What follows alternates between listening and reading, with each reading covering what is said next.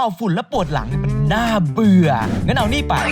50549 Blower เป่าดูดฝุ่นไร้สาย Infinity Power Share ที่ให้ท่อมายาวถึง 46 เซนติเมตรยาวชนิดที่ว่าไม่ต้องก้มเลยหรือจะสูงแค่ไหนก็ไปถึงใครอยากจะดูดฝุ่นในรถในซอกแคบๆตัวนี้เก็บหมดไม่สนใจใครจะเอาไปเป่าลมห่วงยางเราก็มีหัวให้เปลี่ยนจะได้ไม่ต้องเมื่อยกรามครับปรับได้3ระดับอยากได้แรงแค่ไหนกดเลยใช้งานคู่กันกับแบตเตอรี่ P20 และ X20 มอเตอร์เป็นแบบบัตเตอร์ทองแดงแท้ 100% ทนทานใช้งานได้ยาวนานมากใช้งานมือเดียวสบายเครื่องไม่หนักในกล่องแถมของเยอะไม่ว่าจะเป็นข้อต่อประกอบสำหรับท่อดูดลม1ชิ้นหัวเป่าลมขนาดเล็ก3ชิ้นอยากได้เล็กแค่ไหนเปลี่ยนได้เลยครับถุงเก็บฝุ่น1ชิ้นท่อเป่าลมยาว1ชิ้นและท่อเป่าลมสั้น1ชิ้นบอกลาอาการปวดหลังแล้วมาทำให้เรื่องฝุ่นเป็นเรื่องเล็กๆกับ